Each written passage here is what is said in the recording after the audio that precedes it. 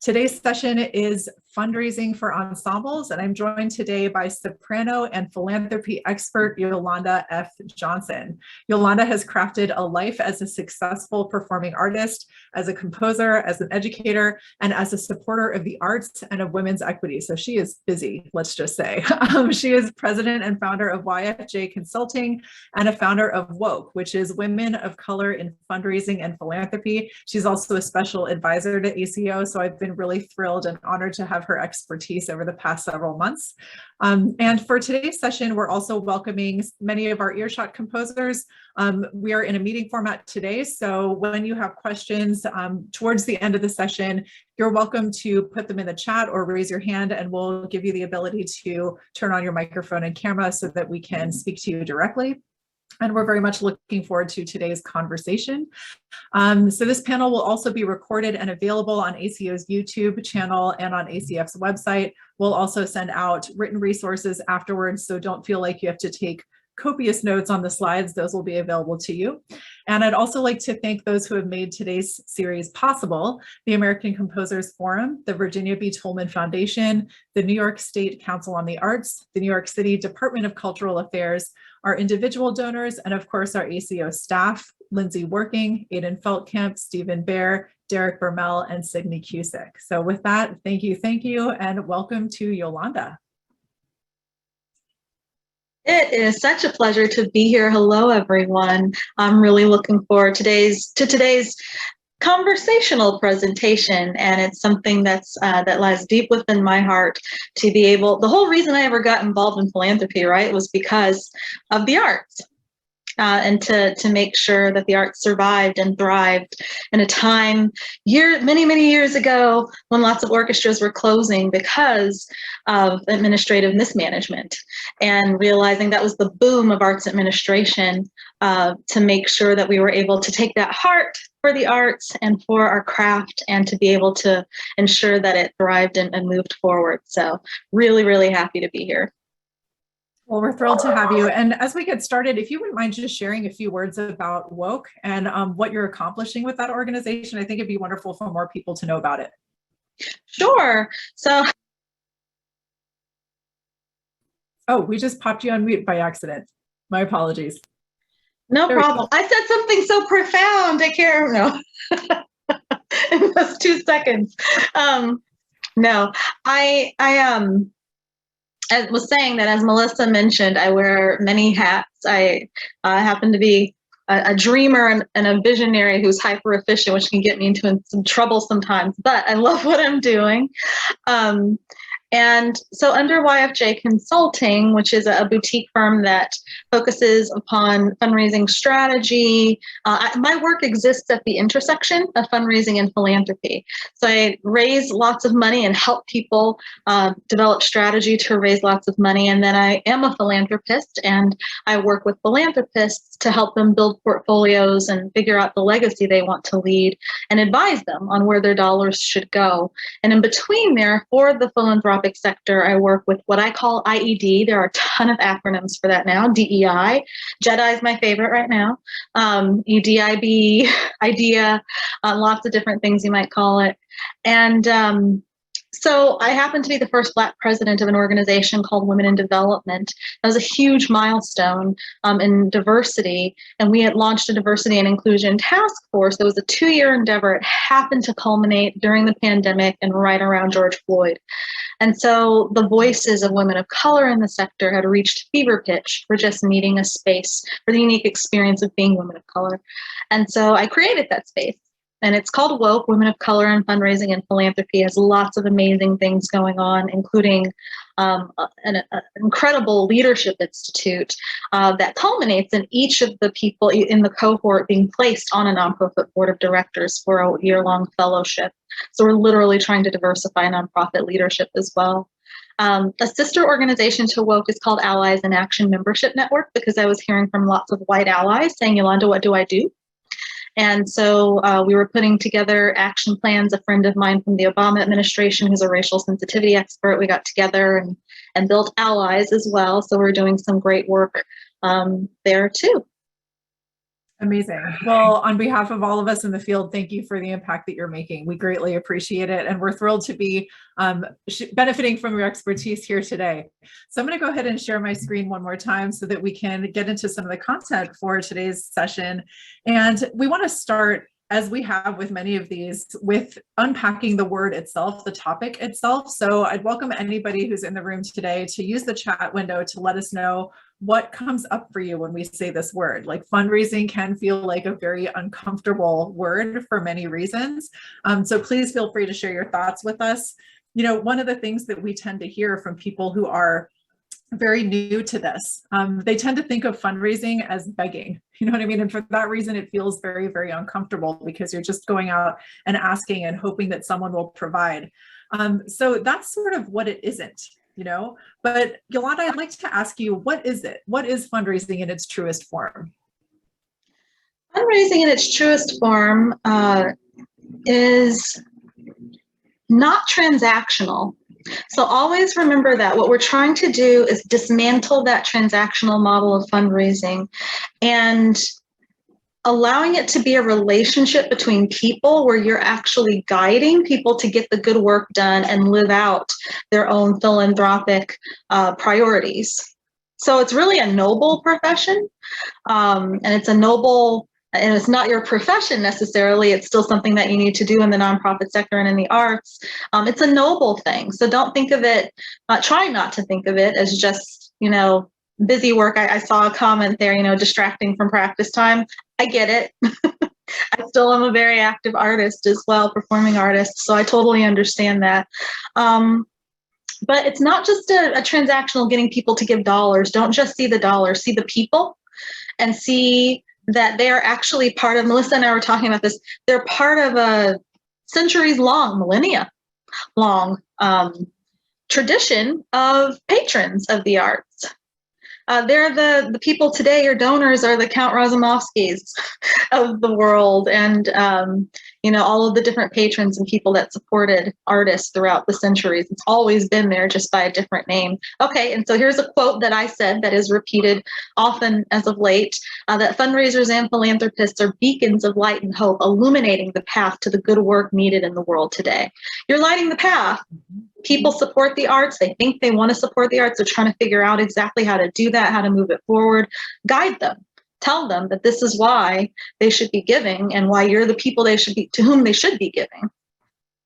Mm-hmm. Absolutely right. And I love that you're encouraging us to be proud of this work and exactly what you just said about standing on the shoulders of greatness. You know, this is part of a very long tradition, and it's helpful to think about the idea that, you know, what you're not looking for. You're not begging. You're not looking for it in that way. What you're looking for is a partnership between yourself or your organization, which has the skills and expertise and know-how and personnel to make a certain kind of impact in the world, and a partner who has the financial resources to make that happen. When both of you have that partnership, it's a beautiful thing. And it feels and is very mutually beneficial because what you're both looking for is impact, right?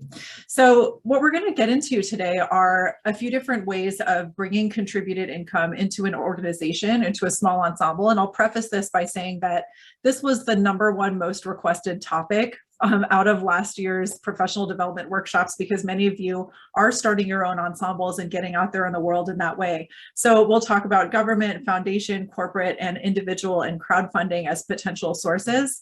It's just helpful as a baseline for us to talk about, in the philanthropic sphere, what the percentages are of giving in the United States right now.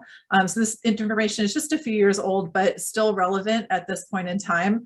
So I'd like for you on your own to think about which one you think it is. Is 5% foundations, corporations, individuals, and crowdfunding? Which percentage is assigned to which number? Sometimes people are surprised by this answer. So it turns out that actually individuals are the largest source of philanthropy in this country. A lot of people are surprised. They might think it's foundations or corporate support, but it's actually people. So that's a very helpful frame for us to think about in terms of who we rely on and who we go to for support for our projects and organizations.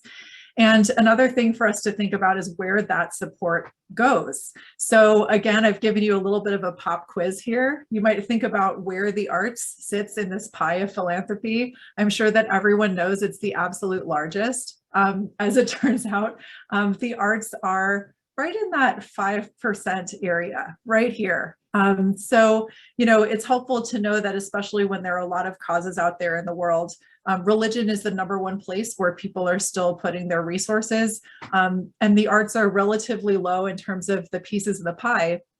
It's also helpful to note that those of you who are doing projects that are at the intersection of arts and other things, there may be ways for you to access resources that are in other slices than purely in the arts in general. So that's just a helpful thing to note as we go. But we also wanted to just get at the idea of where to begin. So Yolanda, I kind of want to throw this in your direction. In terms of organizations and artists who are just starting this work, what feels the most accessible and why?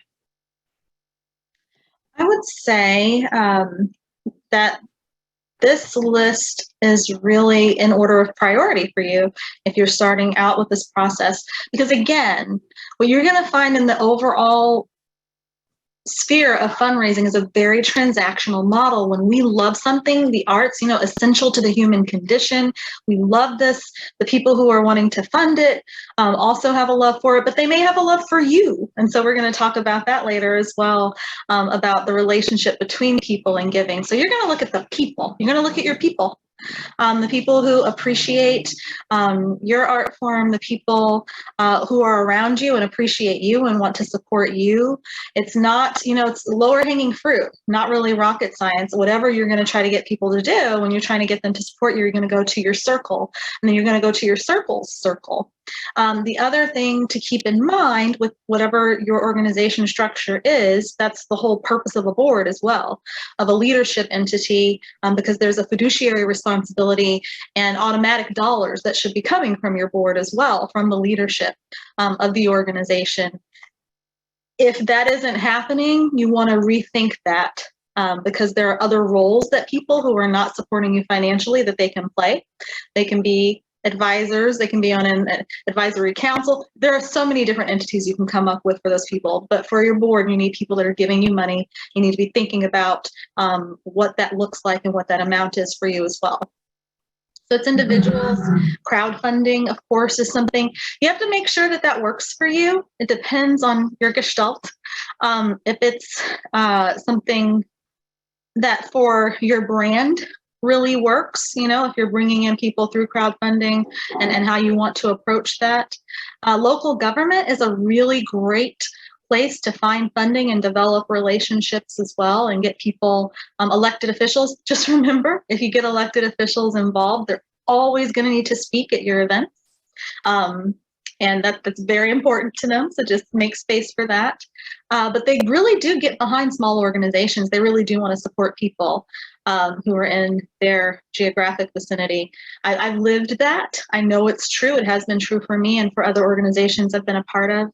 And then go on from there with art service organizations, and then community foundations. And at community foundations, you're going to find something else, the mysterious DAF, the donor advised fund, which is a more advanced form of fundraising, and it's a little mysterious right now for some people because you can't necessarily find those people. But if you develop relationships with community foundations, you also may be able to tap into collective giving. So that's a big thing now with people who get together in what we call giving circles. And a great artistic giving circle in the New York City area is like the Asian Women Giving Circle. It's facilitated through the Ms. Foundation, and they primarily fund artists. And so they pool their money, and then they vote on who gets that money later on, and that's all about developing a relationship with them when they do their calls. So these are all the primary focal points of where you're going to get started. Think of your circle, think of your people, think of that broader sphere of people who may just be interested in the arts and in what you're doing, and then go on from there to these other entities. That makes great sense. And there's one other logistical reason why some of these sources are here. And it's because many of them have opportunities that are available either to individual artists or to ensembles who haven't yet or don't plan to have nonprofit status. So a lot of major foundation giving is only available to 501c3 nonprofits, but many city and state councils, for instance, or art service organizations or community foundations may actually have opportunities that are individual artist grants or available to ensembles in the form of commissioning grants and things like that. So it's helpful to check the eligibility to see what you're eligible for based on those programs. And the last thing here, for any of you who might still be in school, there are a number of on-campus sources that you can start to look at. I always think that school is one of the best places to fail early and cheap, which is a very valuable thing to do. And more schools are encouraging entrepreneurship and entrepreneurial thinking with dollars that you can access. So those are some places you can go to ask what might be available to you. So Yolanda, there were some really important things that you wanted to share about the basics. Like before you even begin, what are some things that you can think about in terms of mindset and setting yourself up for success? And I just want to say one tiny thing from what you just mentioned about being on campus and being in school. That's where I actually started. I was a senior in college getting my music performance degree, and through my first School of Music gala, and started moving things forward from there. So get out of that box, just be really creative and see what you can do to dive into it there. So the basics, founder syndrome and angel investor syndrome. I wanted to make sure that we mentioned this today because it's so incredibly important and it's so real, and it's not something that people always consider, and it can be a little taboo as well because it's a difficult conversation to have with other people, and it's a difficult thing to ponder yourself when you are a founder. As a founder, I know that. And so if you are the founder of your organization, of your entity or ensemble, whatever it is, always be thinking of who you have around you and be thinking of the future, thinking of succession planning, thinking of the mission of the organization and what you're doing. How can you make it live as your legacy beyond you? And when you do that, it's going to ensure your success for the future. People that get stuck in a vacuum of themselves and get siloed are the people where everything is connected to that person to the point that if anything happens to that person, it really can fall apart.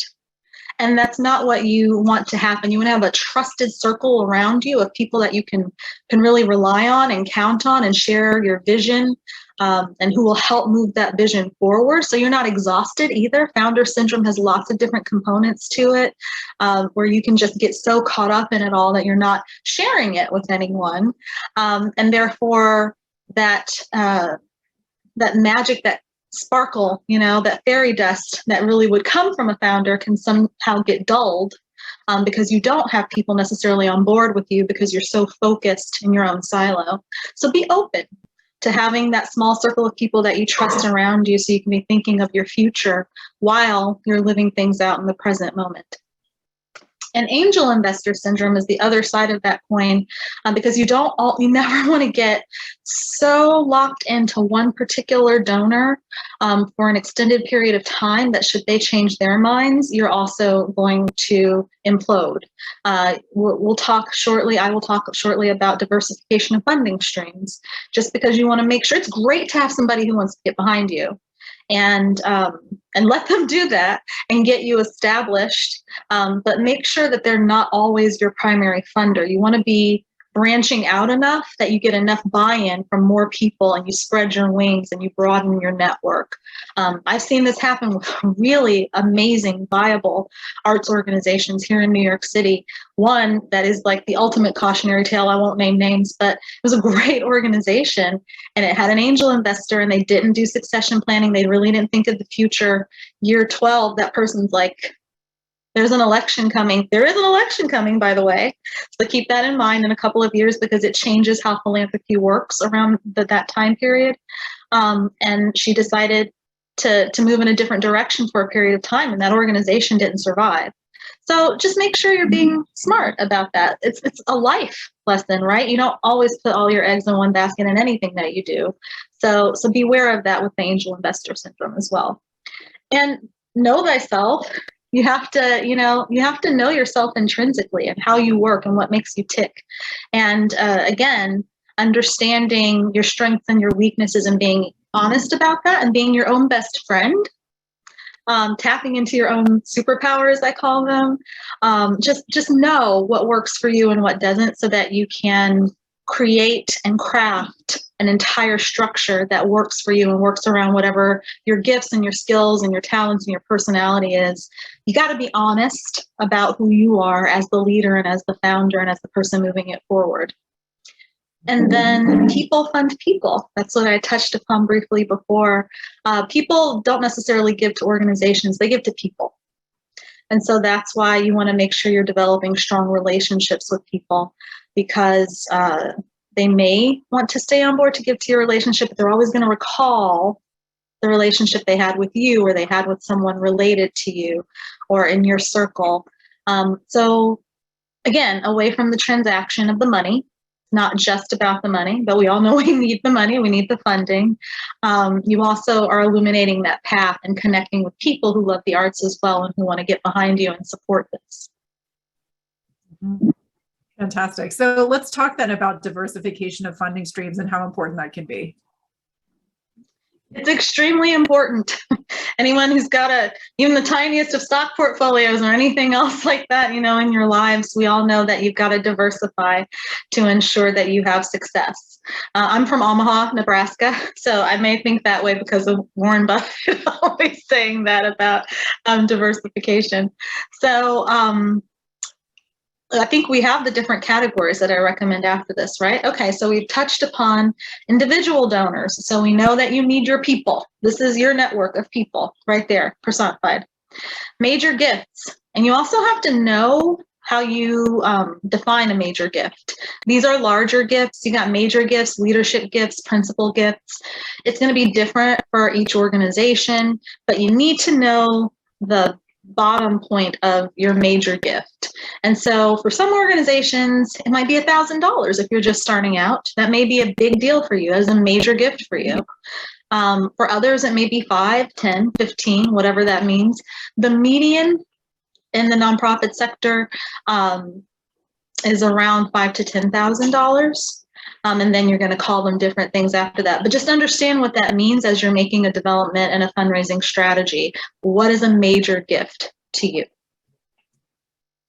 Special events, they're fun. They're also labor intensive. But I've actually written a guide to special events with a psychological analysis. My graduate thesis is a guide to special events for arts organizations, actually, and how people can engage donors through their art form and bring people together. And it starts with, why are they special?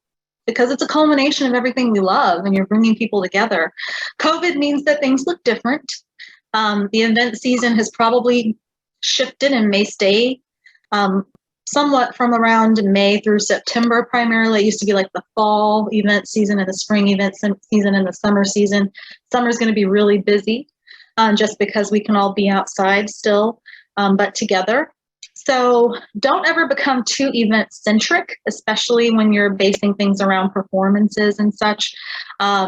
You want to still keep a balance of everything and be really strategic and intentional about how you want to bring people together and what you want them to glean from the event, and use your events wisely. Know who's in the room. That's part of just even audience development, right? So know who's in the room so you know if there's someone there that you need to talk to. That's one of the biggest pain points and missed opportunities that I've seen in the nonprofit sector. Planned giving. Planned giving can seem really mysterious and be kind of intimidating for people at times. Don't worry about it. Planned giving is just, someone planning ahead to leave you in their giving plans when they've passed on. And usually people that have done that, who have left you in a will or something like that, they have financial advisors who can manage that whole process. All you need is a page on your website that says we accept planned gifts. You can look around at other comparable organizations and just find some of the language and make it work for you. Just say it exists, and then you can work out with them how you can accept them. Planned giving can get a little tricky. We don't have time to go in depth in it today. Usually it's just straight funds from for a beneficiary. It can range to land, to real estate, stocks, bonds, lots of things. People in the arts might give you instruments or other things or music. I was just speaking with a composer friend about, what's that estate going to look like? Where's that music going to go? So lots of things to consider, and consider what you can accept. So you don't have to take everybody's gift either, if it doesn't work for you. But don't be afraid of it. Just make a page. You can do it. Membership. So this is another way to get people involved. It comes at a fee at whatever certain level that they're going to buy in, and they'll have different benefits to it. But it makes them feel like they're part of something. And, as the levels get higher, they can be in the President's Council or the Composer's Circle or whatever it is that you want to call it, and bring people together to celebrate your mission. Partnerships and sponsorships. So sponsorship dollars are actually very important and lucrative. If you can get them, you need a sponsorship package in the sense of what is it that you're going to offer sponsors, and then go out there and sell them. And get from corporations to other different types of entities and organizations. Vendors are great places to look for sponsorships. Where are you giving your dollars, and who are you patronizing, to the point that it's a little bit quid pro quo sometimes, which is totally fine. If you're using a printer all the time, they should be your sponsor. So just, try to, again, connect the dots to the people that you're already around, that are already in your circle. And partnerships are another way to be able to raise dollars. Artistic partnerships, other types of partnerships, brand partnerships, whatever works for you. You always can be creative according to what you do in your mission.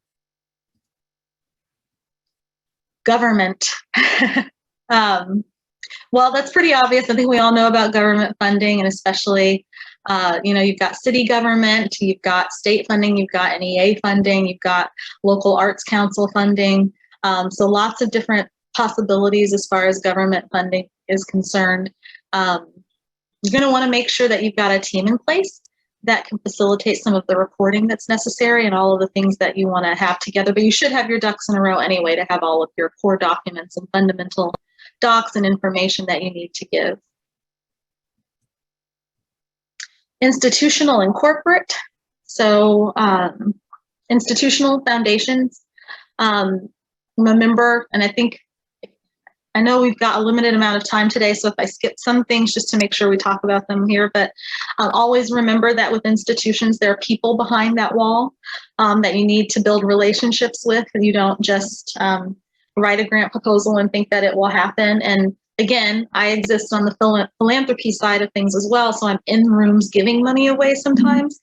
And one of the things that I am hearing, just so you know, always take the time to refresh your proposals, because especially throughout COVID, grant making entities are noticing when people just dial it in and cut and paste what they did last year and change the year. They're really starting to notice that. So refresh it, let people know what's going on. Build relationships, check in with them. Just like with family and friends, you don't want to just hear from people when they want money. So cultivate those relationships. Earned income is kind of fun. If there's something you can sell, if there's a licensing agreement that you can work on where you can earn some income, if you can have an online store, if there are services that you realize you've become really good at from a programmatic perspective, and then you can go ahead and sell it. It's a creative way of finding dollars that you may not have found before. I'll also note here that sometimes people think that if you're a nonprofit, you can't earn income. That is not true. You can actually earn income in many of the same ways that a for-profit ensemble would. It's just that in addition to that, you can raise funds for the things that are not supportable on earned income alone. And again, just know who needs to be in place to meet your goals. You can't do everything. And as founders, also sometimes and leaders, people try to do everything. You cannot do everything. The only reason I can exist as I do is because I have an amazing team. So make sure you've got folks in place to be able to see this through. And if you need to just plan further down the line for making sure, that you have the person in place. Don't necessarily go after things if you don't have the bandwidth to do the follow-up, because that can be even more detrimental. So just know what you're able to do and get done successfully and get done well. And then when you do that, hopefully you're raising more funds so that you can expand your team if you need to. Absolutely. So let's start with one of the first and most accessible, which is individual giving. So you had mentioned this framework of educate, engage, ask. Can you walk us through that pathway? Yes. So I ascribe to this method of getting someone to donate to your organization. You always have to the right person has to make the right ask at the right time. And that's true for life, and it's certainly true for fundraising. So what you're going to do, you're not just going to meet someone and ask them for money. I mean, there may have been exceptions. I've heard of some exceptions. At a gala dinner table, you've spoken to somebody all night, and then by the end of the evening, you're like, you know what? You want to write this check? Maybe. But for the most part, you're going to educate people about what you do so that they really understand it. And once they understand it, it's really simple, really a concept. Educate them, then engage them before you ask them. Engagement is something that's going to be seen on an individual basis. Is it inviting them to an event so that they can see your work? Is it inviting them to breakfast or lunch or just to a Zoom call? Is it getting them to volunteer? A lot of times donors come out of a volunteer base because it's someone who got to know the organization, they volunteered some of their time, and then they put dollars behind it as well. And so once you know the person understands you, and once they're actually engaged, and it's not someone who's just been on the surface, who hasn't really been around, who hasn't been truly engaged and cultivated, then you can make your ask because you know this person. You have to get to know your donors. And that goes into the second point of CRM and record keeping. I hope you all have, I wish we could have done a poll for this. Hopefully everybody has a solid CRM wherever you work, even if it's Excel, whatever it is, just some way to be able to keep data and information on your donors. Record keeping is one of the biggest pain points in the nonprofit industry today. People take the 5 minutes after you talk to a donor, after you engage with them.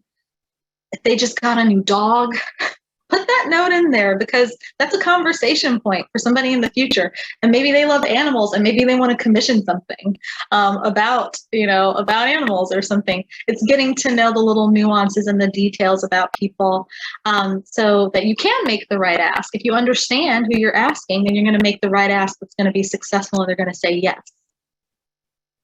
Absolutely. And for those who aren't familiar with CRMs, you could use a simple spreadsheet to start this process.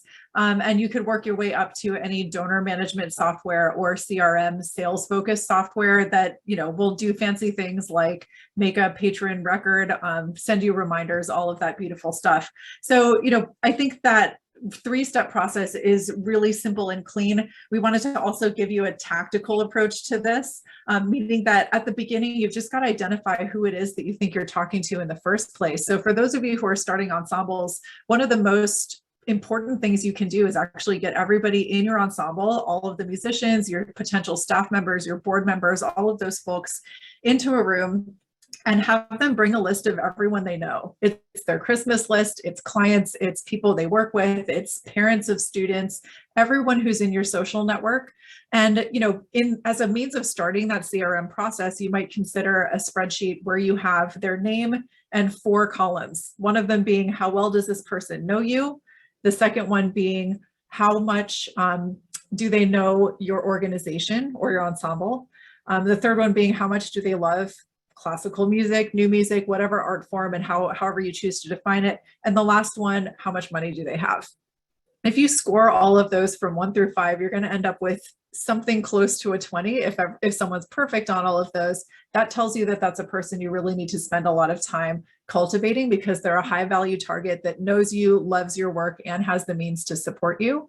But if you find that they are short in various ways, it also helps to guide you through, like, what are the next steps you want to take with that person? So for instance, if that person knows you very well, has a lot of money available, isn't necessarily as well versed in your organization or even music as an art form, that tells you that there's nobody else but you who should be cultivating that person on the path, because they're going to give because they believe in you as a person, right? Whereas if there's somebody else who has a lot of means, loves music as an art form, doesn't know you or your organization particularly well, your first step is going to be looking for someone who can make that connection happen for you, because again, that relationship is the most important piece. So there are ways of researching how much folks have given to other organizations. That's one way you can evaluate as well. There are organizations and also subscription models that you can buy into that will spit back that information if it's helpful.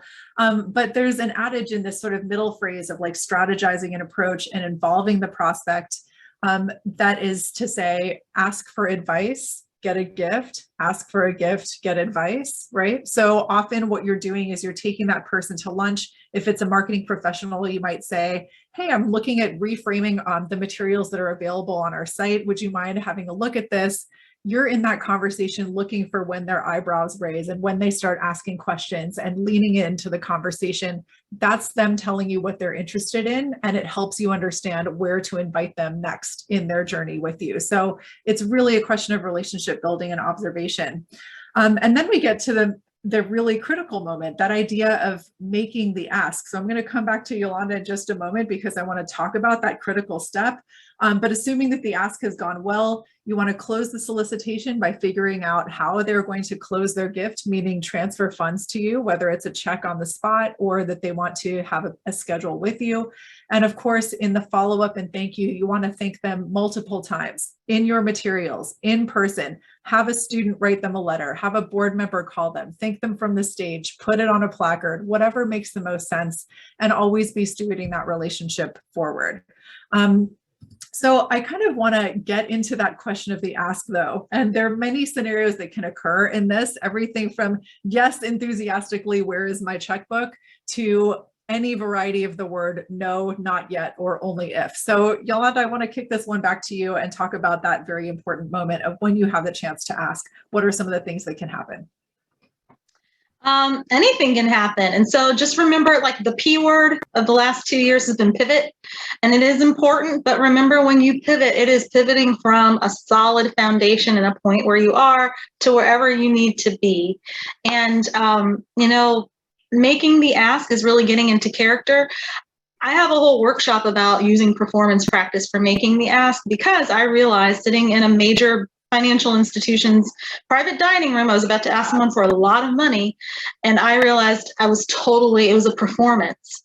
And it made it fun for me, actually, to try to be successful with that performance and become authentically whatever I needed to be for that donor, understanding the donor, having the CRM, having done the research, knowing what they're attuned to, understanding donor motivation. Do they want their name on a building? Do they want to be recognized from the stage? Whatever else it is that works for them, and then to go ahead and make that ask. A lot of it is like Alexander technique. We have to do like part 2 and 3, Melissa. It's breathing, it's taking a breath, and it's understanding, and it's having that confidence and going ahead and moving it forward. So it really is, think of it as a performance when you make the ask. I think that's great. A couple of do's and don'ts. First of all, it's really helpful to make the ask at a time that you have predetermined that you are going to be having a conversation around support. So if you say to someone you're looking to support your organization, I'd love to find a time where we can talk about support for our organization. I'd love to find a time to talk about supporting scholarships towards our festival, whatever it is. If the person says yes to that, you both know what you're there for. There's a much greater chance that will be successful. Don't surprise them on the phone. Don't surprise them at a cocktail party. Don't make an ask that big over email. Set a dedicated time. And the other thing that I always like to think about, after I have made the ask itself, I shut up. And it's so important to do that, because that is the space in which they will answer you, right? So they will answer and say, yes, here's my checkbook, or I need to speak to my spouse, in which case you say, what would be a good time for us to follow up? Or yes, but I'd like to make payments over time. Great, here's a pledge form we can use to document that. And then we have this slide here, which is any variety of no or not yet, right? So we've got to think about how are the ways that we can pivot ourselves out of a conversation like this? So maybe, Yolanda, we can pick one of these. If we were to say, if someone is being asked and they say, I've just taken on a new role at a tech company, it's just not a good time for me. How do you respond to that? Well, it depends on what you're going for, right? But this is good information to know. You just started a new job. That's change. That's transition. It may mean that now is a good time, now is not, but know thyself, know what you have to offer people. And that could be a light bulb. You might have a new tech or STEM program within your art form. And so you might say, you know what, that's great. And I'm sure that you're getting settled. I would love to stay in touch because we have this program that's happening or this performance that's coming up. And I'd love to tell you more. And then get them excited about it, talk a little bit more about it and let them know that you're able to follow up on it. So this is important information to know. And what other one do you want to try? Let's try the first one. I'm a young professional with small children, and you've just asked me to give a major gift for the support of a public program that is an evening length concert. I'm sorry, can you repeat that? I heard young professional with children. So I'm a young professional with small children, and you have just asked me to give a leadership amount towards a evening length concert, right? So I've just said, I'm a young professional with small children. I don't really get out in the evening as much. How do you respond? I would probably say, I'm really in a point in my life where I'd like to spend more quality time with my children. Do you have programs that may be more conducive to that? And then you have to think of your education programs. This is the pivot. What do we have going on that may fit whatever this donor's motivation is? Exactly right. Right. So a lot of times a no is actually a way of giving you information that will turn that conversation into a yes. That's kind of what I'm hearing. Yes. Yes. Understanding what it is that you can offer them and what may resonate with them, and never let the door close. I'll talk to you later because we have some other things that maybe we could discuss. I think that's a great place to leave it. And as a subset of individual giving, it's helpful to think about crowdfunding as an accessible way for folks who are just getting started to reach people and build community around their work. The biggest thing that I'll say about this is that one of the biggest surprises of crowdfunding is that yes, you are supporting yourself with funds and your project with funds, but actually what you're doing is building a network of support and a community of support around what you're doing that can sustain for a long period of time. So think about it as friend-raising as much as fundraising. You have a choice in platforms. You have Kickstarter, Indiegogo, and a bunch of others, and then Patreon. So there's some core differences here. Kickstarter is one of the ones that I'd recommend the most because it's time bound. Like you have a certain amount of time and people know if they don't hit that goal with you, nothing happens. So that creates an incentive. Indiegogo and some others like it, you'll get whatever you raise in a certain period of time, but that imperative is not there. And then Patreon is interesting because it's a way of supporting you as an artist. If you are a content creator that generates new content on a regular schedule, this might be for you. People are supporting you monthly or whatever frequency they choose. And often as a result, they're getting something from you in the form of a new song, a new video that comes out at around a similar schedule. So it's ongoing as opposed to project-based. I always like to refer to Kevin Clark, who is a composer who has created on his blog a series of how to plan Kickstarter posts. Kickstarter themselves have also created really amazing resources on their own site of how to do this. But the thing I want to note here is that this budget that Kevin created is exactly the same as what we have already been talking about in terms of how to prospect. You start by thinking about who are the people who are in your network, figuring out how much they might be able to provide to you and prospecting them in. That gives you a more realistic sense for how many people might back you at each of the rewards levels that are possible inside a Kickstarter campaign. So again, think back to what Yolanda said about membership structure. It's very much the same, it's just a different platform. And then in your budget, the biggest thing to note is that you want to think about how much it costs to produce the thing you're raising funds for, but also how much it costs to produce all of the rewards that are a part of the campaign.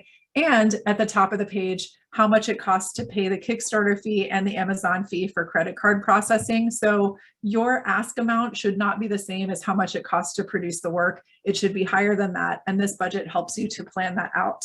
Also for planning, realize that it is sort of a full-time job for 30 days. So you want to be thinking about how you're going to keep people informed through updates. The app is very helpful for in-the-moment responses to backers. I know from doing this in the past that I will often have dropped new rewards or new packages as a result of feedback from backers. And also think about the idea that the Kickstarter arc looks like this. So it's kind of like a lot of activity at the beginning, a dip in the middle, and then a lot of activities you get to your goal. So to the extent that you can put new rewards in the middle of the campaign and launch them partway through, you're going to keep things steady and growing as the campaign moves. So there's a lot more to say about that, but Kickstarter itself is a great resource for more information. And then in the time we have left, I want to actually get into foundation grants. You could also think about government grants as being kind of similar in terms of the form and function. Before you apply, you really want to think about research. One of the best ways you can research is to be looking at the support list for other organizations that do what you do. Go to events when it is safe to do so, and to the extent that it's safe for you, pick up the program, look at who's on the back. Look at websites. You can also research using ProPublica and a bunch of other websites that will share with you what foundations are giving towards. But if you see the same foundations popping up over and over with other chamber groups in your area, or even dance companies and related arts groups, you'll know that that's someone you should put on your list for prospecting. You'll want to look at their their guidelines to assess eligibility and fit, and be honest with yourself about that. It's critical that you don't stretch beyond what they actually say, and that you're eligible for what the opportunity is. And of course, what Yolanda said is true. People fund people. So I've never had a successful grant application go through for which I didn't previously have a conversation with the human being to talk about what we were looking to do and how we might be able to move the work forward together. Your foundation staff, your program staff at the foundation is going to be really helpful in telling you the unknowable things. Like, for instance, hey, there's a commissioning grant available. The thing that wouldn't be knowable to you is that they funded 4 percussion groups last year, and they're not likely to do that again on this round. It's not in the guidelines, it's nowhere on the website, but it's just helpful for you to know. So those relationships are really helpful. Funders are looking for you to be ready to take this on. So they want to know, is this a project that is either a growth point, or at least you have the structure, the staff, the resources in place to make it happen. They want to know how you're addressing the problem that you're solving in a unique way. So when I say methodology, they want you to come at the problem with a unique way of looking at it and understand how you and they will learn in the process of making that project happen. And they're also really interested, this is sort of an X factor thing, but I'd like you to consider, how does your work with this project change what you do in the long term? How is it possible to replicate it with other organizations? How might you transfer some of the learnings or processes that you come up with as a result of this to others? Because what that does is it increases the impact of that gift. If a funder supports you, they're supporting this project, which increases your learning, which you then transfer to others. Think about what we're doing here today. You know what I mean? We're getting at how to build your capacity in doing similar work. So it's important to think about how you transfer that and pay it forward to others. And as we think about this, again, really think about the idea that the best proposal is an organic match of both parties' goals. It's not you changing what you do to fit the criteria of a funder. It's you figuring out what's right for you and those you're serving, and finding a funder who has a same vision to what you are looking to accomplish. So we'll give you these materials afterwards so that you have them as a reference, but we've created a couple of slides here that are sort of the main ingredients of a letter of inquiry, which can sometimes be a first step to a proposal. You will see that on the website. They will say, we want a letter of inquiry from you. And they'll either say, here is the format that should take, or they might say, we need a 1-page. So if they say we need a 1 or 2-page, here's some of the things that you might include. So the problem statement, what it is you're looking to accomplish or impact, a summary of the project, an overview of what you need financially to move it forward, and what are the opportunities for the funder to be recognized in all of that. And of course, after that point, you might be invited to a full proposal. And a proposal outline, it is rare, I think, in this case or now to get a request for a 6-page proposal that has no other guidelines attached to it. At this point, most proposals are submitted online and they're really specific questions that are asked of you. But if you do get the very rare occasion where someone says, just give us a 5 to 6 page proposal, these are some of the things that tend to be part of that. So again, it's similar to what is in the letter of inquiry, but they want a more expanded view of how exactly you're accomplishing what you're doing, who's involved, how long it takes, how much it costs, what's unique about it, and really importantly, how are you going to measure whether or not it was successful? So it could be that you're talking about interviews, surveys, tests, or other kinds of work product if it's education, audio and visual documentation, reviews, all of the various things that will be indicators of success. And of course, you'll have a budget that is really itemized and certain attachments that are pretty standard along the way, like your 501c3 letter or letters of support from other organizations, things like that. So there's a lot that goes into a proposal, but it's helpful to realize the main thing we want to get across here is that the relationship is the most important thing. And also that at the point where you submit a proposal, you'll notice how much detail is required for this.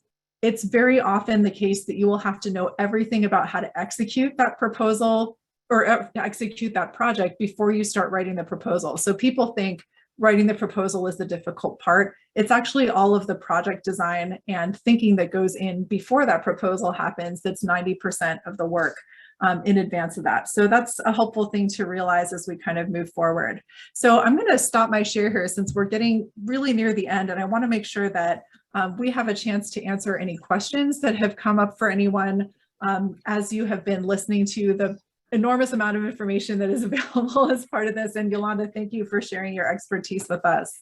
Of course. I want to add one thing about the proposals. As someone who has both submitted them and as a person who sits in a room making decisions about grant making, follow the rules. Just do what's asked, whatever. That is actually the secret here.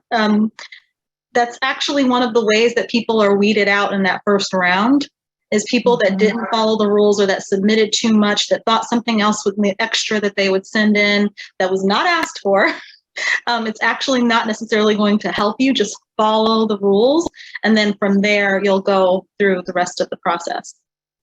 Yeah, can't emphasize that enough. Absolutely. And so I think follow the rules and also realize that you'll be writing proposals to foundations. You might write them to government sources. Those function really similarly. When you're talking about corporate support, you will sometimes have corporate supporters who function very similarly to foundations because it's the philanthropic arm, but it's also helpful to realize that corporations also give through their marketing arm. So in that case, you're going to be really focused on how many eyeballs that are the same as who the eyeballs that they're selling to are going to be at your event, and what are the opportunities for those people to interact with that product. That's primarily what that relationship is going to be based on. Yeah. So I'm curious if there are any questions that folks would like to pop into the chat, or you're also welcome to kind of raise your hand and join us on screen if you would like as well. I want to make sure there's space for that too.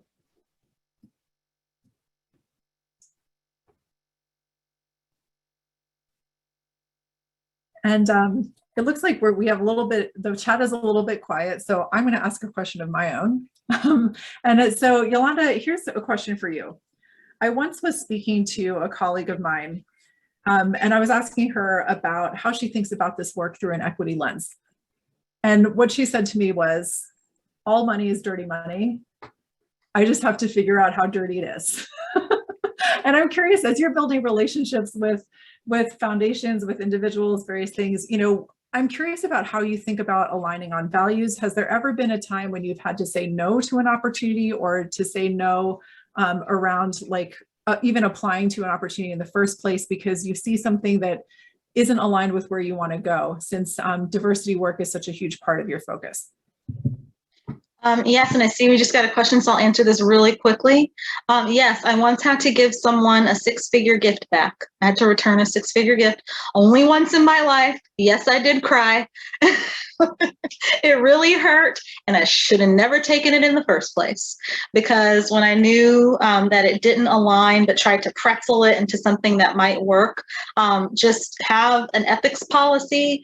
Be true to yourselves, be true to your values, and make sure there are plenty of people out there who will be there for you that align with your values and that can move the work forward without, I call it, pretzeling yourself into something that just doesn't work. I think that's a great answer. And we have one from Jonathan here. How do we handle disagreements amongst the ensemble regarding business direction? So Yolanda, I'm curious if you have any thoughts on that. Happy to jump into. Communication is key. And everybody feeling like they've had a voice and a voice that was heard. And that's why, again, you don't want to be in a vacuum. You want to make sure you have the right people in the room. You don't want too many cooks in that kitchen either. You want the core people that really need to be there and making the decisions together and hearing each other and not just being silent so that you can speak again and react, but really coming together, remember your mission, and make sure that you're being really honest. I just lived through something with an ensemble where the communication wasn't there.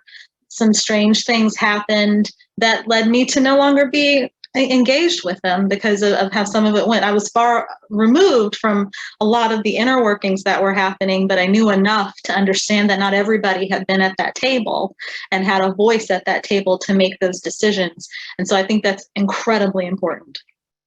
Mm-hmm. And it takes longer than most people anticipate. So Yolanda, as you were talking about that founder syndrome, it's really important to take the time to have those conversations and to clearly articulate your collective vision so that every decision you can measure that and track it against what you've all decided the direction is. So it's very helpful to do that work in advance and also be thinking about how every decision streamlines into it.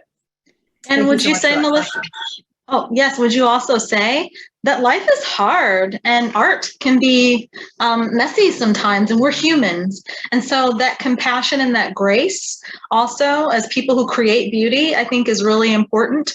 But on the other side of that is if you've got the people that need to be in that room and 4 of you are in the same direction rather, and one isn't, sometimes you have to cut your losses as well and understand who really needs to be there and what role they need to have as well. Mm-hmm. I once had an advisor tell me your founding team doesn't have to be your forever team. And I think that's what you're saying, is to have the courage to know when that alignment exists, when it can be made, and also when it can't, and to fearlessly address any of those various potential outcomes as being normal and expected. Yeah. Thank you for the question. Great. Well, we've just come to the end of our time here today. First of all, Yolanda, I want to thank you so much for this. I learned a lot today, and I continue to learn a lot and be inspired by your work and your expertise. So thank you for sharing that with us. And I also want to invite Aiden back to the screen to do a bit of a closeout and invite you to Discord where we can continue the conversation.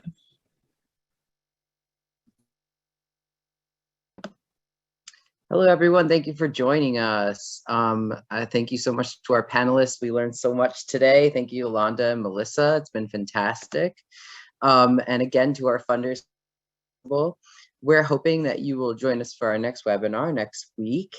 And we will be sharing all of that information in our follow-up email, as well as our survey link. If you could fill that out, that would be amazing. It helps us create exactly what you saw today. Actually, this came out of surveys from last year's season. So we listen, we love to bring you the topics that you want to hear about. And we will be on Discord for the next 15 minutes if you would like to join us. I will be putting that link into the chat as well. And there we can answer more questions if you have any.